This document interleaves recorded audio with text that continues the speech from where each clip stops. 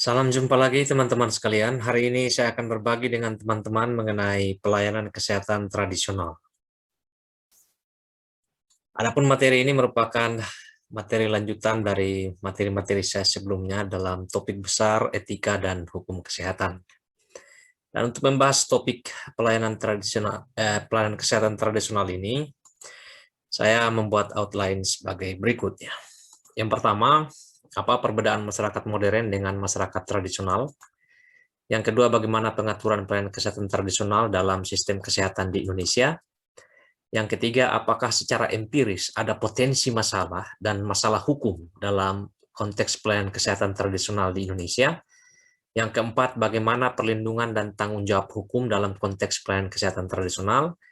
Dan yang terakhir, apa tantangan yang dihadapi dalam konteks perlindungan dan pelaksanaan tanggung jawab hukum pelayanan kesehatan tradisional? Kita mulai yang pertama, perbedaan antara masyarakat tradisional dengan masyarakat modern. Ya. Masyarakat tradisional adalah masyarakat yang kita kenal sebagai masyarakat yang kuno, tinggal di pedalaman, pelosok-pelosok, atau di pedesaan. Ya. Tradisional ini berasal dari kata traditum atau warisan. Ya. Nah, secara umum, ciri-cirinya di dalam masyarakat tradisional itu afektivitasnya tinggi, atau semangat gotong royong, saling membantu antar sesama itu cukup tinggi. Ya. Kemudian orientasi mereka juga adalah orientasi yang kolektif untuk kepentingan dari kelompok. Ya. Jadi ada dalam kelompok tertentu ya mereka akan lebih mengutamakan kepentingan dari kelompok mereka sendiri ya. Ada partikularisme di sana ya. Kemudian di dalam kehidupannya juga turun-temurun itu melalui proses pewarisan atau askripsi. Dan dalam kaitannya dengan lingkungan luar, umumnya masyarakat tradisional itu adalah masyarakat yang diffuseness atau kabur atau tertutup ya, cenderung menutup diri ya. Nah, ini berbeda dengan masyarakat modern ya. Kalau modern itu sedikit berbeda karena di dunia modern ya masyarakatnya cenderung netralitas dan apatis ya, cenderung individualis, jadi mementingkan keinginan atau kebutuhan pribadi, dan ya liberalis atau globalis ya, membuka diri secara global ya, bergabung dengan apa yang memang menjadi preferensi pribadi. Nah, dalam masyarakat modern juga lebih dikejar prestasi ya. Dan umumnya di dalam masyarakat modern ada individu-individu yang spesifik dan terbuka ya untuk menyerap nilai-nilai baru di sana. Jadi ada perbedaan memang antara masyarakat tradisional dengan masyarakat modern. Nah, topik kita kali ini akan membahas tentang pelayanan kesehatan tradisional. Berarti konteks yang hendak kita pelajari dan juga berbagai macam aturan, yaitu dalam konteks masyarakat tradisional. Dan bagaimana pengaturannya di Indonesia itu yang akan kita pelajari pada video ini. Nah, teman-teman sekalian, bagaimana pengaturan pelayanan kesehatan tradisional di dalam sistem kesehatan Indonesia? Ya? Kalau kita lihat di Perpres 72 tahun 2012 yang mengatur tentang sistem kesehatan di Indonesia, ya, ada 7 subsistem maksudnya ya, dalam sistem kesehatan kita, mulai dari pembiayaan kesehatan, sediaan farmasi, alat kesehatan dan makanan, ya, SDM kesehatan, pemberdayaan masyarakat, manajemen informasi dan regulasi, penelitian pengembangan, dan yang terakhir, muara dari seluruh 6 ini adalah upaya kesehatan. Ya. Tujuannya untuk apa ya, meningkatkan keadilan, akses, kualitas, efektivitas, dan keberlanjutan atau sustainability dari pelayanan kesehatan ini. Dan pada akhirnya tercapai status derajat kesehatan yang setinggi-tingginya. Lalu di manakah pelayanan kesehatan tradisional ya di dalam sistem kesehatan kita? Ya adanya di upaya kesehatan ini ya. Nah, bagaimana secara eksplisit diatur? Ya, kita akan lihat di dalam Undang-Undang Nomor 36 tentang kesehatan ya, Undang-Undang Nomor 36 tahun 2009 ya. Apakah dia eksis di sana atau diakui di dalam Undang-Undang Kesehatan? Kita lihat pasal per pasal. Di pasal 1 huruf 4 ya, itu disebutkan sediaan farmasi adalah obat, bahan obat, obat tradisional, dan kosmetika. Jadi di sini ada kata tradisionalnya. Jadi secara implisit pasti ada pelayanan kesehatan tradisional. Lalu apa yang dimaksud dengan obat tradisional? Obat tradisional di pasal 1 huruf 9 adalah bahan atau ramuan bahan yang berupa bahan tumbuhan, bahan hewan, bahan mineral, sediaan sarian atau galenik atau campuran dari bahan tersebut yang secara turun-temurun telah digunakan untuk pengobatan dan dapat diterapkan sesuai dengan norma yang berlaku di masyarakat. Jadi di sini ada bahan atau ramuan, kemudian turun-temurun, ya. Jadi penggunaannya itu turun-temurun sesuai dengan norma yang berlaku di masyarakat. Indonesia kan punya banyak suku, ya, punya banyak daerah yang setiap daerah dan suku itu punya norma-normanya. Dan ini diakui di dalam Undang-Undang Kesehatan Nomor 36 Tahun 2009. Ya. Kemudian teman-teman sekalian, ya, di pasal 1 huruf 16 di Undang-Undang 36 tahun 2009 ini disebutkan bahwa pelayanan kesehatan tradisional adalah pengobatan dan atau perawatan dengan cara dan obat yang mengacu pada pengalaman dan keterampilan turun-temurun secara empiris yang dapat dipertanggungjawabkan dan diterapkan sesuai norma yang berlaku di masyarakat. Jadi implisit di sini ada cara dan obat, ya. Dan itu mesti diturunkan, artinya ada pewarisan di sana, turun-temurun, ya, secara empiris. Tentu empiris itu maksudnya yang bisa diindrawi, ya, bukan yang berada di dunia alam roh atau yang tidak bisa diindrawi sama sekali, ya. Itu tidak masuk di dalam definisi pelayanan kesehatan tradisional dan sesuai dengan norma yang berlaku di masyarakat. Ini di pasal 1 huruf 16. Jadi terhadap pertanyaan apakah eksistensi pelayanan kesehatan tradisional itu diakui di dalam Undang-Undang Nomor 36 Tahun 2009, jawabannya adalah iya.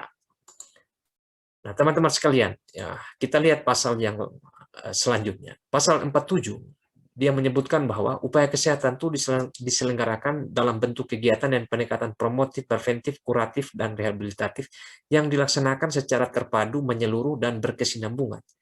Saya garis bawahi atau membuat tanda khusus sini, terpadu, menyeluruh, dan berkesinambungan. Nah, ada implikasinya, ya. Nah, di dalam pasal 48 ayat 1 huruf B, itu disebutkan bahwa upaya kesehatan tadi yang merupakan salah satu subsistem di dalam sistem kesehatan dilakukan melalui pelayanan kesehatan. Dan nomor 2-nya adalah pelayanan kesehatan tradisional. Jadi ini semakin menguatkan eksistensi pelayanan kesehatan tradisional di dalam undang-undang kesehatan atau di dalam sistem kesehatan di Indonesia. Ya. Nah, di pasal 49, ya, diatur lagi penyelenggaraan upaya kesehatan harus memperhatikan fungsi sosial, nilai dan norma agama, sosial budaya, moral, dan etika profesi. Di sini ada sosial budaya. Jadi ini semakin menguatkan eksistensi pelayanan kesehatan tradisional di dalam sistem kesehatan Indonesia secara umum. Ya. Kemudian pasal 54 huruf 1. Penyelenggaraan pelayanan kesehatan dilaksanakan secara bertanggung jawab, aman, bermutu, serta merata, dan non-diskriminatif. Jadi tidak boleh ada diskriminasi. Nah, kalau ketentuan ini berlaku dalam Undang-Undang Kesehatan, mestinya non-diskriminatif ini juga berlaku dalam konteks pelayanan kesehatan tradisional. Nah, bagaimana pengaturannya, teman-teman sekalian? Kita akan bahasnya lebih banyak pasal di sini, ya, berdasarkan Undang-Undang Kesehatan Nomor 36 Tahun 2009. Yang pertama di pasal 59, itu berdasarkan cara dibagi menjadi dua. Ada pelayanan kesehatan tradisional yang menggunakan keterampilan, ada pelayanan kesehatan tradisional yang menggunakan ramuan. Jadi ada dua itu, ya, keterampilan dan ramuan.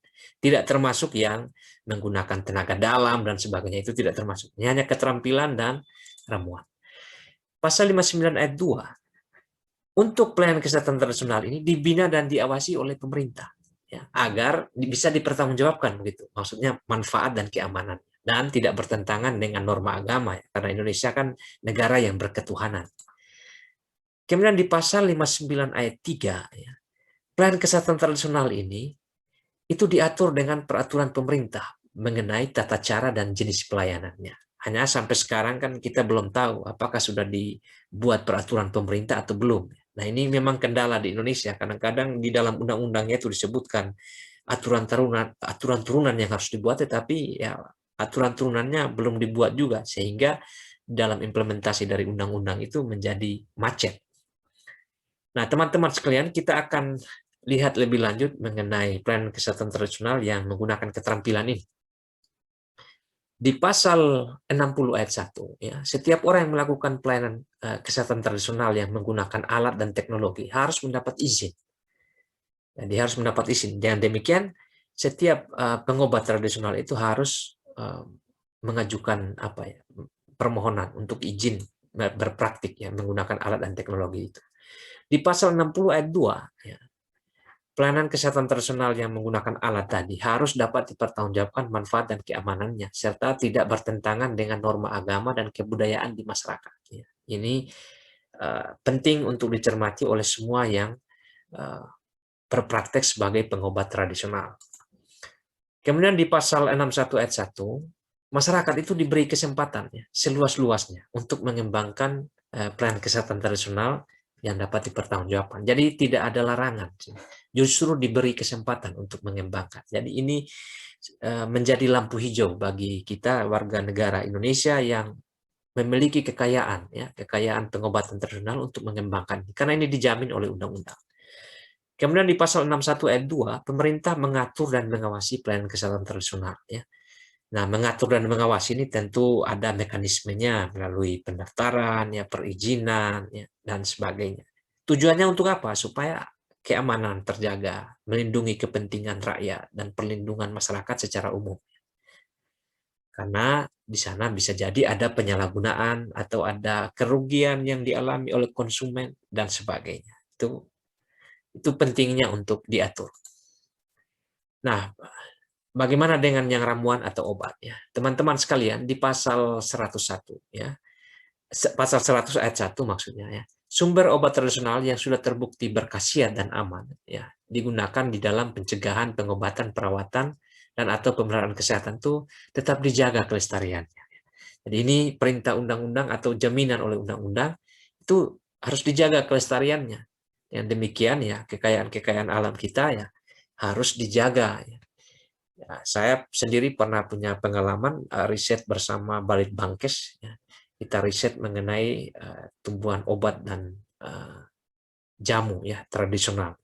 Itu penting untuk identifikasi, dan kalau misalnya teridentifikasi masih ada, akan ada pembinaan secara khusus dari kementerian atau lembaga yang mengurusi tentang kesehatan. Kemudian di pasal 100 ayat 2, pemerintah menjamin pengembangan dan pemeliharaan bahan baku obat tradisional.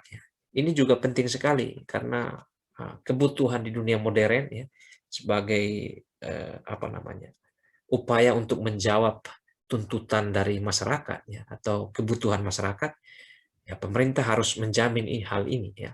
Bahan bakunya harus tetap dijaga ketersediaannya supaya bisa memenuhi kebutuhan yang ada di dalam negeri. Kemudian di pasal 101 ayat 1, masyarakat diberi kesempatan juga untuk mengolah, memproduksi, mengedarkan, mengembangkan, meningkatkan, dan menggunakan obat tradisional. Tentu obat yang dapat dipertanggungjawabkan manfaat dan keamanannya.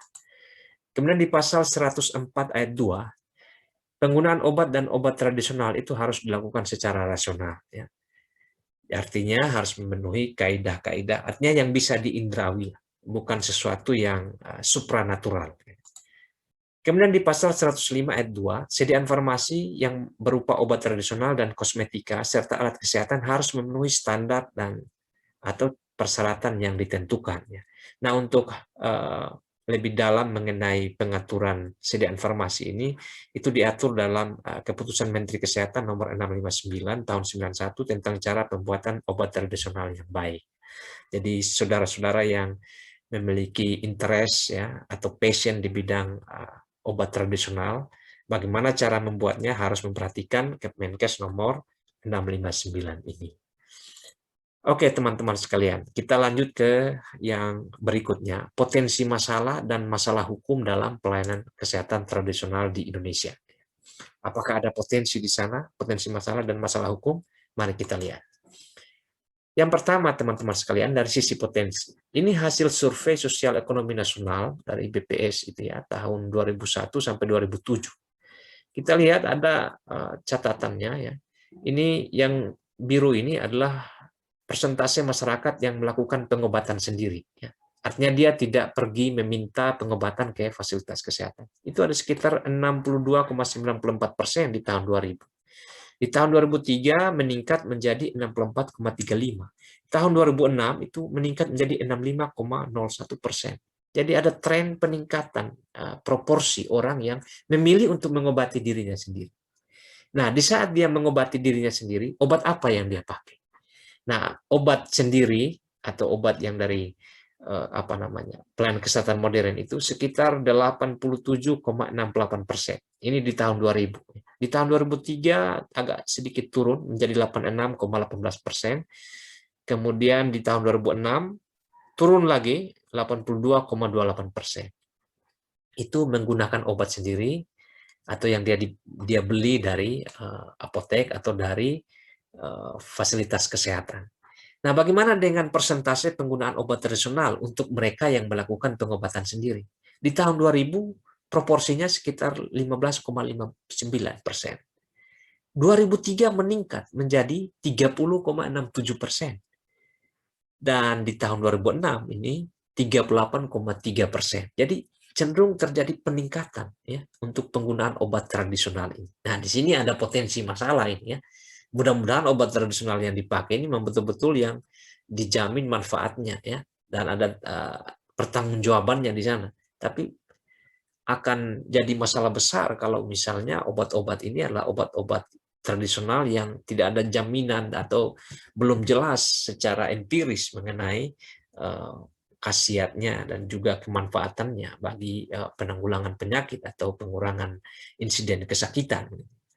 Nah, hasil studi yang dibuat oleh Supardi dan Susianti ya, tahun 2010, mereka menyimpulkan bahwa secara simultan kelompok umur lansia yang bertempat tinggal di desa dan statusnya menikah itu berhubungan erat dengan penggunaan obat tradisional. Artinya peningkatan proporsi dari 15,59% di tahun 2000 menjadi 38,3% di tahun 2006 itu berkorelasi dengan variabel ini. Kebanyakan digunakan oleh lansia yang tinggal di desa dan statusnya menikah. Ya mungkin ini berhubungan dengan akses terhadap obat-obat yang modern atau pelayanan kesehatan modern. Ya. Karena mereka sulit mengaksesnya sehingga pilihan bagi mereka adalah penggunaan obat tradisional. Nah, di sini penting sekali peran pemerintah dan seluruh stakeholder yang memiliki interest dengan pengembangan obat tradisional supaya yang dikonsumsi oleh masyarakat itu adalah benar-benar obat tradisional yang memiliki manfaat, bukan obat tradisional karena faktor trial and error atau coba-coba. Jadi di sini ada potensi masalah karena semakin tingginya proporsi orang yang menggunakan obat tradisional. Nah, bagaimana dengan kasus hukum? Ya, mungkin ini agak sedikit vulgar ya. Di Indonesia itu kan banyak sekali pengobatan misalnya untuk memperpanjang alat vital karena banyak orang yang tidak puas dengan alat vitalnya yang pendek, yang tidak memuaskan pasangan dan sebagainya ya. Dan menjadi terkenal sekali misalnya pengobatan dari Mak Erot ya, Mak Erot yang ada di Jawa Barat kalau tidak atau di Banten sana ya. Nah, ini lumayan laku ini ya, karena banyak sekali pasiennya. Diberitakan di media online ya, ini tahun 2019 itu ya. Meskipun Mak Erot sudah meninggal dunia dan diteruskan oleh anak cucunya ya. Kalian untuk meningkatkan ukuran dari Mr. P ya, dari laki-laki ini sekitar 3,5 juta per tamu. Jadi besar ini pemasukannya. Meskipun kita belum melihat ada kasus hukum di sana, tapi banyak orang menyenangi untuk melakukan pembesaran alat vital atau penis dari laki-laki. Nah, kasus lain misalnya di Jawa Timur ini juga untuk memperbesar penisnya. Nah, ini ada dukun yang ngawur ya. Dia menyuntikkan minyak rambut untuk memperbesar alat vital lelaki. Nah, ini dilaporkan ke polisi, akhirnya jadi masalah hukum. Nah, belum lagi kasus lain, misalnya ada tulisan ya dari kasus pembesaran alat vital pria di Menteng, Jakarta ya. Ini ditulis oleh Vicky Pemuda Indra Sakti ya, sebuah skripsi di UI ini ya. Ini juga ada kasus hukumnya ya. Kalau tadi kita hanya lihat potensi, kalau ini sudah jadi kasus hukum ya. Mungkin pada saat pembesaran alat vital itu mungkin alat vitalnya mengalami gangguan atau masalah kesehatan dari pelayanan kesehatan tradisional itu.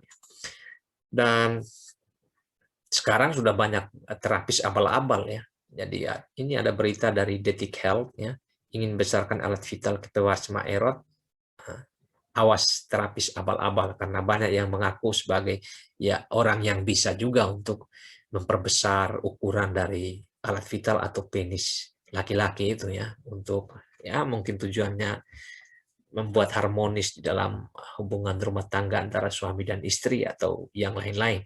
Tapi ini sudah ada sebagian yang menjadi kasus hukum ya. Nah, di belahan bumi yang lain kita tidak tahu, dan juga mungkin laporan yang terekspos ke media kan tidak banyak ya. Mungkin lebih banyak terjadi di kampung-kampung sehingga kita tidak punya kasus yang lebih besar. Kalau seandainya tercatat semua, saya kira akan banyak catatan mengenai kasus pelayanan kesehatan tradisional ini ya. Nah, kita lihat yang lain, kasus yang lain ya. Ada pengobatan di ini di klinik TCM Harapan Baru ya. Ada seorang bernama Supriyati ya. Dia berobat ke TCM Harapan Baru di Serpong ya. Nah, semula dia ini kan didiagnosa terkena kanker ovarium ya. Ketika berobat pertama di sana di TCM Harapan Baru itu ya, dia awalnya segar bugar, tapi lama kemudian keadaannya menjadi memburuk ya. Tubuhnya makin kurus ya, perut membengkak, terasa nyeri, akhirnya dia meninggal dunia ya. Nah, TCM ini kan tradisional Chinese medicine. Kita tahu Cina sangat terkenal di dalam pengembangan obat tradisional atau pelayanan kesehatan tradisional ya. Nah, kemudian ada lagi kasus misalnya kematian Alia Siska Nadia ya. Ini di tahun 2015, ini anak seorang petinggi PLN ya. Dia itu terapi chiropractic ya, yang membunyikan sendi-sendi tubuh itu ya.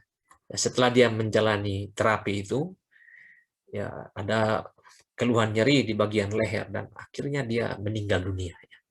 Jadi kasus-kasus seperti ini banyak ya. Jadi teman-teman sekalian, ada potensi masalah dan ada masalah hukumnya ya. Jadi secara empiris ini terbukti. Nah, bagaimana perlindungan dan tanggung jawab hukum dalam konteks pelayanan kesehatan tradisional ini? Nah, teman-teman sekalian, Indonesia adalah negara hukum, jadi tentu penyelesaiannya melalui aturan hukumnya, Rekstat, dan ada rule of law-nya ya.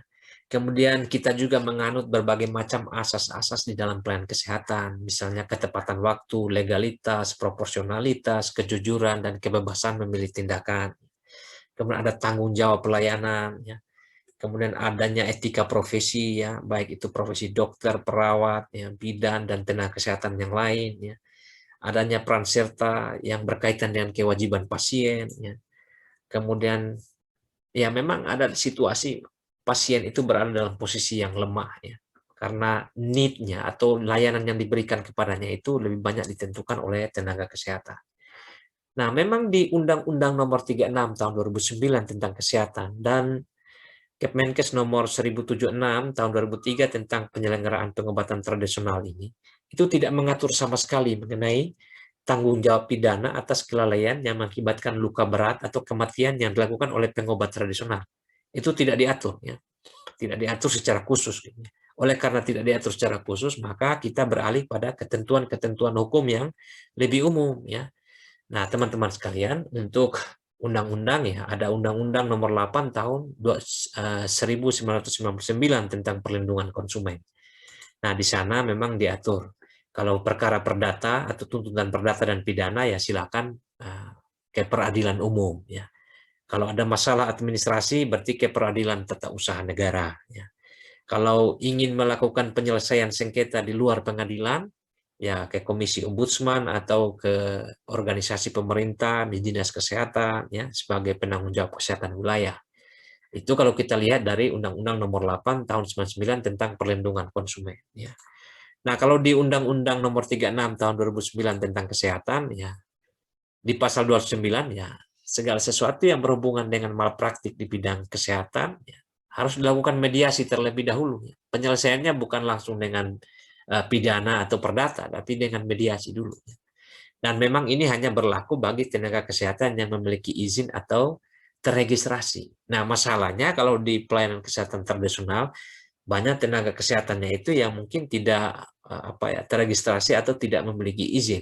Nanti saya akan bahas kemudian mengenai tantangan yang kita hadapi dalam pelaksanaan atau permintaan terkait tanggung jawab hukum dari pelayanan kesehatan tradisional ini.